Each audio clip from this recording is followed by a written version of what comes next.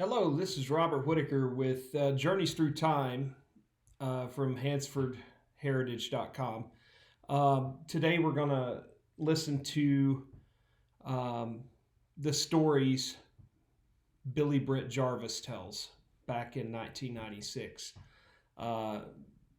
Britt Jarvis has become somewhat of a fixture in my lifetime.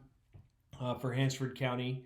He's a great attorney and a fantastic person. He's been a Boy Scout leader. He's also a veteran, Texas Aggie graduate, fantastic person, and also the second cousin of my wife, first cousin of my father-in-law. Enjoy the stories of Billy Britt as he goes through and talks about what downtown Spearman used to look like pre-1960. He talks about the population of Spearman exploding to almost 6,000 people. What a great, great time, and I hope we can get Billy Britt back again to tell some more stories here in the next few weeks or months. We welcome you to Hansford Information on KRDF, and here with today's guest, your hostess, Carolyn Cummings. Good morning, everyone, and welcome to Hansford Information. This morning, May 23rd, 1996, we have one of our Hansford memories that we're going to do, and this man is attorney at law. He's a farmer, rancher, cattleman, has some oil and gas. He's involved in the community. Husband, father, grandfather, and I'm proud to say my friend, and it's Billy Britt Jarvis. Good morning, Britt. Good morning. How are you doing? I'm doing just fine. And I think we're going to talk about a little bit about your grandfather that was a judge and your mother. And you told me you actually didn't grow up in Hansford County. It was more Hutchinson, but I think we still call you a native son, don't we? I hope so. You've been around long enough to be considered a native son. I think I am even. But we'll be back after this message and really get into this. Welcome to Hansford Memories, and we're visiting this morning with Britt Jarvis, and I don't know exactly where to start, Britt. Why don't you establish, even though probably everybody in the county knows who your parents were and how y'all came to be in this area? Well, my parents are Billy Jarvis and Ollie Beck Jarvis, and my grandfather Beck farmed in northeast of Groover and started sometime around 1903 there. And my father, Billy Jarvis, was raised in Hutchinson County, and my grandfather farmed and ranched in Hutchinson County starting in about 1902 or 3. And we've been lucky enough to be allowed to stay. Haven't run you out on a rail yet? Haven't run me out on a rail. Threatened, but haven't done it. Feathered you or anything like that? Threatened, but haven't done it yet. Now, you mentioned your grandfather was a judge of this county. Can you tell us some about him? Well, my grandfather Beck, I had the pleasure of living with my grandmother and grandfather Beck for the first 2.5 years of my life, and I was very close to him. And he was kind of a fat, round little man, and apparently he was rather stern with other people, but he wasn't very stern with me. The only time I remember he was stern with me was when I misused his file one time, and I used it to work on a tree branch, but he told me 4 or 5 times not to before he got stern. And my grandmother Beck was a really fairly tiny lady, and well, apparently they lived in a dugout. The dugout's now below as a basement below the old Beck house out there in the 2-7 or Kimball community. And my mother was born in the dugout, I understand. I wonder how many of those people are around. Well, my mother's age? Oh, you've got a few, but they're getting fewer and fewer. We need to get her on here, too, because isn't she the queen this year? Yes, she's Heritage Queen this year. What do you call it? Heritage Days Queen. Okay, yes, I she's mean, doing we've that. had Roundup and celebration and a little bit of everything, but it's Heritage Days now. But yes, she's pleased. She's going to get to do that this year. Now, she was a teacher here. Yes, my mother went to college for a year and came back, and according to Dot Jones's book, she was the first employee of the Gruber school system, and she taught at Gruber for several years. And you people that take a while to get a college degree, she may not hold the record, but it's close. I think it took her 8 years to get a college degree, and then she taught at Farwell and Roswell. And I believe she said that her classes in Roswell in the first grade, well, she had 62 kids in her classes. Under one class? Under one class. And now they want, what, 20 or 30 in a classroom? 21, I think, is the number that I think I've known in the past, but that's not my area. That's not your area. Do you know if all those 62, was it the same grade level, or was it? No, that was the number in her class. Okay. Like a first grade class. She had a Okay, first grade okay. class. All first graders. There may have been more than one first grade class, but that was her class. Well, I knew that from going with you on different business trips, because we were connected through the consumer sales company, you used to tell some good stories while we were traveling. And I forgot them all. you better not have, because if you've forgotten all of them, we are hung here, folks. Oh, well, we'll just do some more then. Okay. Okay. But how were things when you were growing up in this area? Well, town ended at 7th Street. There were a few houses past 7th. My Uncle Wood's house was past 7th.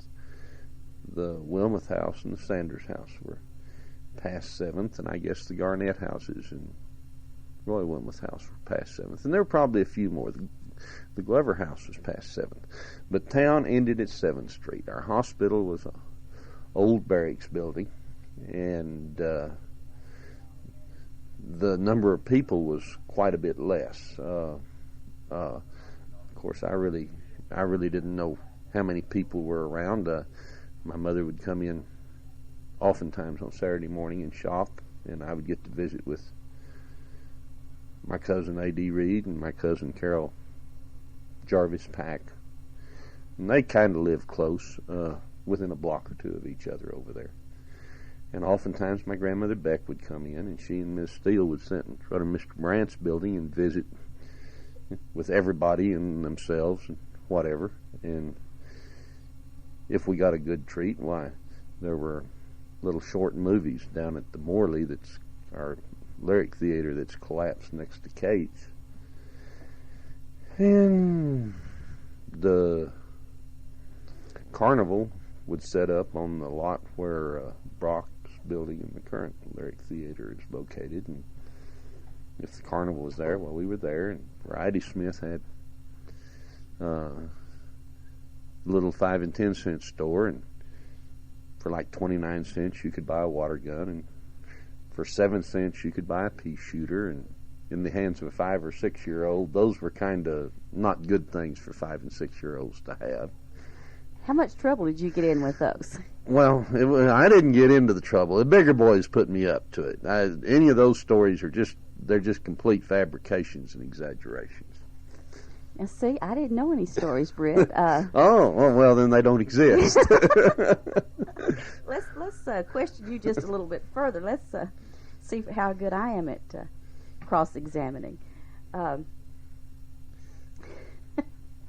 I never know what you're going to say next. I really don't. You told a story one time when a bunch of the board members and us were going to Oklahoma City. We went out Kenneth and headed over toward Canadian, and there's a hill over there that you talked about driving up. Oh, well, when I was 14, well, at that time you could get your driver's license, and I thought it was the neatest thing in the world to get my driver's license. And so, like, I turned 14 on Tuesday, and they gave the driving test in Borger on Thursday, and I had my driver's license by the time I was 14 years and 3 or 4 days old. And then on Saturday, when I got up at 4 o'clock to help drive trucks to Canadian and around to Woodward and then back, I learned why I had been allowed to have my driver's license at 14.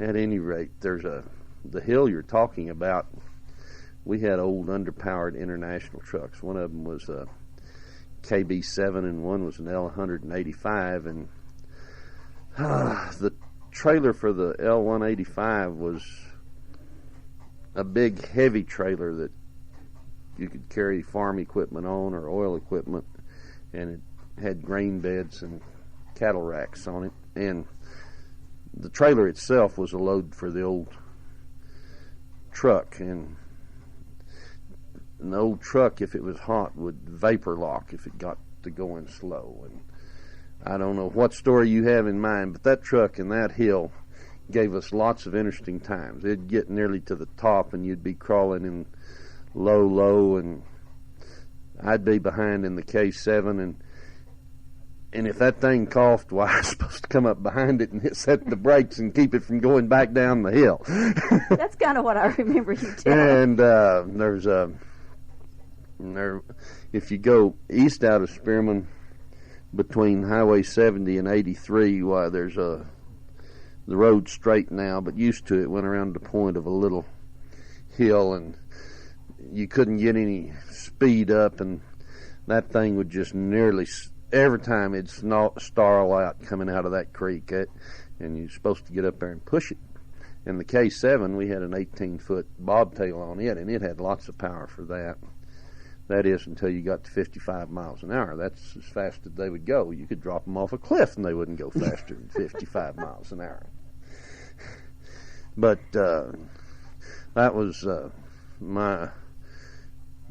we had some grass at Canadian, and we cured the cattle out up here, and we took them to Canadian. Then we went around and picked them up, took them back to the house, and we'd work cattle on Sunday afternoon, and that's what we did. And we eventually built a feedlot, and so then we took them back from Canadian and put them in the feedlot for a while. Pretty good circus, lots of kid entertainment. Kept you busy. Keep kids out of trouble, yeah. No more pea shooters from the roof of the McLean building. Here we go back to that pea shooter story. I think you ought to tell that one, Britt. What were you my cousin A.D. Reed and Bill Wilmoth were a year or so older than me, and we got some pea shooters from Variety Smith, and they showed the way to the top of the McLean building, and the parade was on, and young ladies were riding down the street, and they got me to shoot at the young ladies with a pea shooter, and they left, and I got caught. Now, which one doled out the punishment? Was your grandfather still around, or was it your daddy? No, I don't think they cared. My mama caught me. Uh-oh. Now, she's all of how tall? My mama, she used to be 5'2", but she's somewhat shorter than that now. She's kind of a slight little lady. And you're about what? Oh, I'm 6'3" or more. So you're somewhat larger than she was. Oh, yeah. Well, I was a little bitty then. How old were you, Britt, when you did About 5. Oh, my goodness. It's all these stories like this that your kids and your grandkids love to hear. Then they wonder why they got in trouble. Oh. At any rate, being part of the Billy Jarvis organization was quite an experience. Well, your dad was a coach here, wasn't he? Yeah, my dad coached here in the early 30s. He had the first winning basketball and football teams in Spearman. I think the regional basketball tournament trophy that he wore is down at the Station House Museum. And I don't remember all the people that were on the teams or which teams they were on, but Phil Jenkins was on one of his teams, and Orville Rippey, Big John Walker, a lot of Preach Fuller was on his teams, a lot of very nice people. Good. Claude Owens was on one of his teams. And Earl Riley. I haven't got anywhere near all of them. Oh. Spectator. It's hard to name that list off and remember them all just cold like this, but he kind of started out the tradition, didn't he? Well, he was a mess. He enjoyed people. He enjoyed doing things, and they needed a coach, and they weren't paying much, and it was in depression. And he went to work, and he eventually coached at Wellington, and then he eventually was involved in the CCC camps over in New Mexico. He was eventually commanded a camp, and then he was called back into the service in early 1941, and was eventually assigned to the 19th Bomb Group, and that was the bomber group that was on Clark Field on December the 7th. He was on the last boat, and so they brought him back, and he went over again with another bomb group, the 307th, and they eventually ended up in the Philippines, flying off of Clark Field. But he ended up as lieutenant colonel. And I was one of the first war babies born here in Hansford County, and so I got lots of attention. I have the problem that all the people at Groover knew me, and a lot of them, I have no idea who they are. But I can tell they know me because they call me Billy Britt. I do that sometimes. Yeah. But you also went in service. Yes, I went in the service. I was in the service from April of '69 through March of '71. Now, did that interrupt your college years, or how? No, I'd finished college, and I'd finished law school, and I had a wife and 2 children.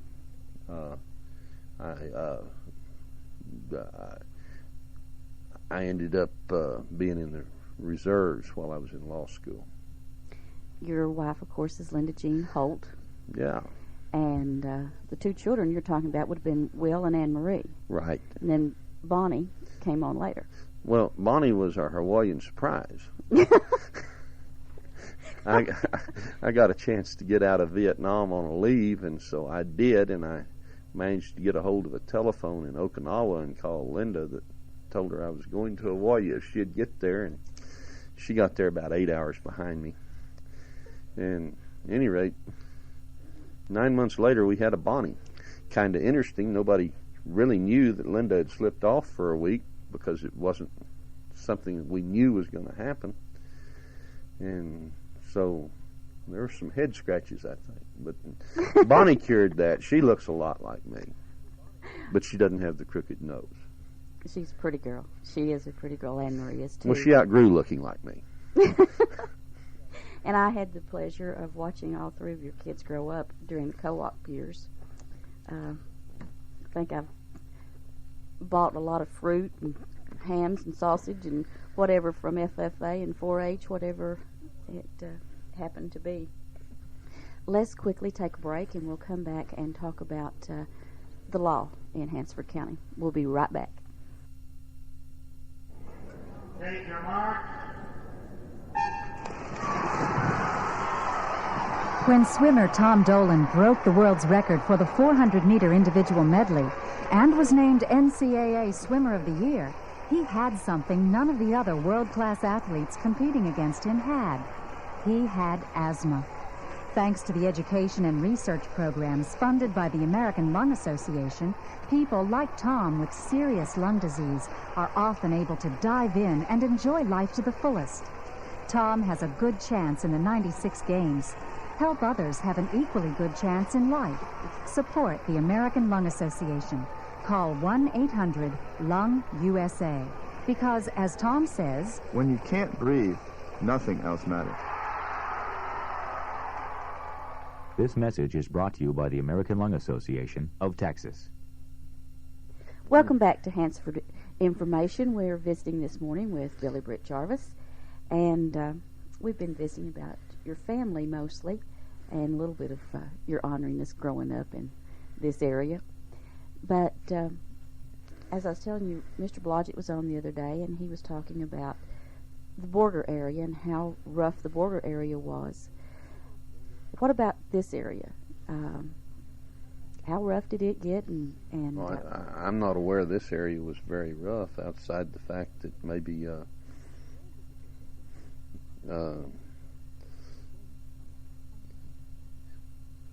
when it was at Old Hansford, why they used to talk about the Archer boys shooting their pistols in the air when they celebrated occasionally.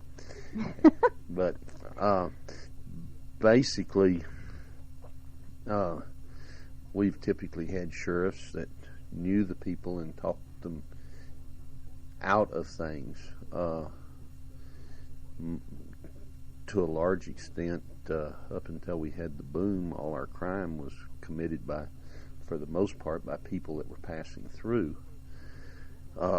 When we had the oil boom, why, that kind of changed a little bit, because a lot of the people that worked on the crow's nest and rig decks were very young, and maybe they drank a little bit too much occasionally, and maybe they got full of them vigor and vitality. I began to think when I first practiced here that the sport over the weekend was for them to go fight with some of the law enforcement people, but they got over that in due time. When we first had the boom here, why, every vacant lot north of 7th Street, our backyard or whatever, we filled up, and we managed to pour someplace over 6,000 people into this town that had been 900 before. Virtually overnight. Yeah, a very short period of time, and as fast as they could, why, they expanded south and covered nearly a half section with houses, because it's a half section from 7th Street to the section line, 13th Street or whatever it is, County Road, and they covered it with houses pretty quick, and that relieved the crunch. The old Bob Stewart's old motel was full, and of course it's just kind of a tumble down wreck now, and the old Tice Hotel was full, and the old Baker Hotel was full. And now, where was the Tice? Tice is where John Hutchinson had his law office. Okay. See, I'd never heard it referred to as that. Well, it used to say Tice on it, I suppose. It probably does, and I just haven't looked up, really. Well, I think they took the paint off. But at any rate, this town was pretty full. And pretty soon they built the shopping center, and the grocery store had to be bigger. We had several grocery stores. Used to be one on Main Street, didn't there? Well, there used to be 2 or 3 on Main Street, depending on when it was. The Cates building is in kind of an L. There used to be a grocery store in what faces on Davis there. There used to be a grocery store where Carl Archer's business is. That was Thriftway, and it moved out to the mall. And there used to be another grocery store there someplace, and then there was a grocery store in what I call the old Cates Laundry building there next to the First State Bank. Okay. I know which one you're talking about now. And then later, Owen Montgomery had M&M Grocery. I think there used to be 3 grocery stores on Main Street, but I can't remember exactly where the third one was. But all sorts of dry goods stores, and John Bishop's old hardware store down there. Anything you wanted, John dig it out from one of the bins somewhere. He was a mess. He still is. Oh yeah. We had his flashback interview on the other night, and I think it was on the other night. Could you get him to tell any stories on Bruce and Jesse? Did he tell any stories on Bruce and Jesse? I can't remember. They used to pick on each other unmercifully. Used to, if you got into town, when I was a teenager, if you'd go by Gordon's about 3 o'clock in the afternoon, you could watch them pick on each other. Now you're referring to Jesse Davis and Bruce Sheets. Okay. I don't remember that being a part of the interview. But well, they probably cut a deal where they wouldn't pick on each other, because they picked on each other. Used to, Bruce Sheets had a fountain, the old Rexall drug, and the minute Gordon's got opened up, he pulled it out. So they had to go drink coffee over there. Oh, okay, I see. And then after Bruce quit, Jesse was pharmacist for Jim Evans forever and ever and ever. Seems like it hadn't been long since Bruce since Jesse's old sign was still up there. Oh, I know. How did you come to be an attorney? Did your grandfather... By accident. By accident? Or your grandfather didn't influence you? Oh, no, not really. I was really unaware that he was a county judge until after I got back here, I suppose. Although they did refer to him as judge, I didn't know why. Didn't worry about it a whole lot. I got married, and I was fixing to go in the Army, and it looked like it wasn't as neat a deal as I'd thought it was a year or two before, and it looked like that if I went to graduate school of some type that probably wouldn't hurt, and if you're going to make much more than wages in these little rural towns, well, you've got to either be lucky or work too many hours, or be a accountant or a vet or doctor or banker. Or apparently the school teachers get pretty good wage, but they don't think they do. But the administrators sure do. But you got to have something that you can be employed at. And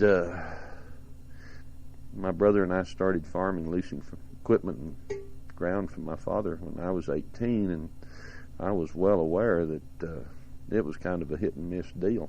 Might be nice to be able to feed the wife and kids if nothing was working right. So you fell into law? Yeah, kind of by accident.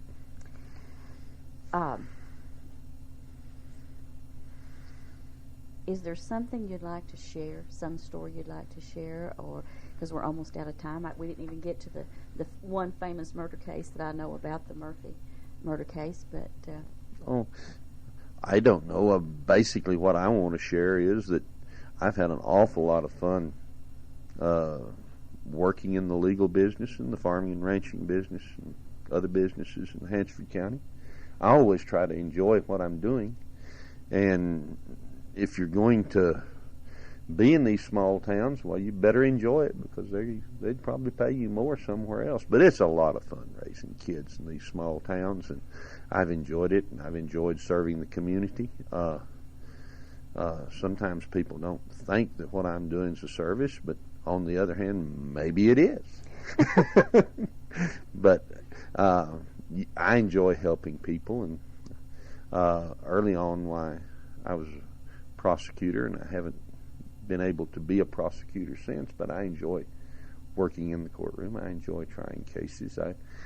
I've been accused of being guilty of just doing something to see what happens because it was boring, but that's really not true. I probably had a purpose besides that of doing something. As you say with a grin on your face. They can't see you, Britt. Oh. Let's quickly give a rundown where the kids are and their status. We don't want to forget them. Okay. Well, my son, Will, married a little girl from Brownwood by the name of Christy Simpson, and they have 3 children who are the apple of my eye. Grandchildren are so neat that if I'd known how neat they were, I'd have had grandchildren first and just skipped the kids. Okay. And Jessica's the oldest, and she's a first grader, and Matthew's 3, and Richard is 6.5 months. And my daughter Anne Marie married Mark Pearson, whose parents are Dan and Charlotte Pearson, and they're keeping their corner of the world straight, and woe be me if I stick my nose in it. Anne Marie is an accountant with Brown Graham, and then my youngest daughter Bonnie married a young man from O'Donnell, Texas, by the name of Kyle Woolham, who thinks that the world revolves about running cotton gins, and so he's running a cotton gin in Lemoore, California, and she's working for an appraisal firm. All 3 of my, I sent 3 kids to Texas A&M, and I got 5 kids back. I also got 1 back from Tech, so I got 6 kids back, and now I've got 9, counting the grandkids. And maybe someday Bonnie and Kyle come run a cotton gin someplace closer than Lemoore, California. That's a long way off. It is, but it's a but good job. but let them have at it. I was gone for 10 years or so, and it doesn't hurt to get everything straightened out and going down the pipe before you come floating back in. Then you'll know what all the world's about. That's right. Appreciate this town more. Yep. And Linda is at Prairie Gardens. Yeah, my wife Linda's at Prairie Garden. Dee Dee sucked her into getting involved with the flower shop, and then Dee Dee's my daughter, Anne Marie Pearson. And then she went skipping off back to Panhandle State to pick up enough accounting to take the CPA exam, and so she left Linda with the flower shop, and Linda's flower shopping along this morning. Okay. Well, Britt, we sure thank you for coming. Like I said, we didn't get into the murder case, but that's fine. We learned a lot of history about the Jarvis family that needed to be recorded. And if we ever do this again, you'll come back? Well, as long as you don't tar and feather me, well, we'll talk to you. Okay. We've been visiting this morning with Billy Britt Jarvis and learning about his family history. And be with us tomorrow. We'll have Donnie Davis and his daughter Jamie on. We recorded a tape about them yesterday morning. And we thank you for listening.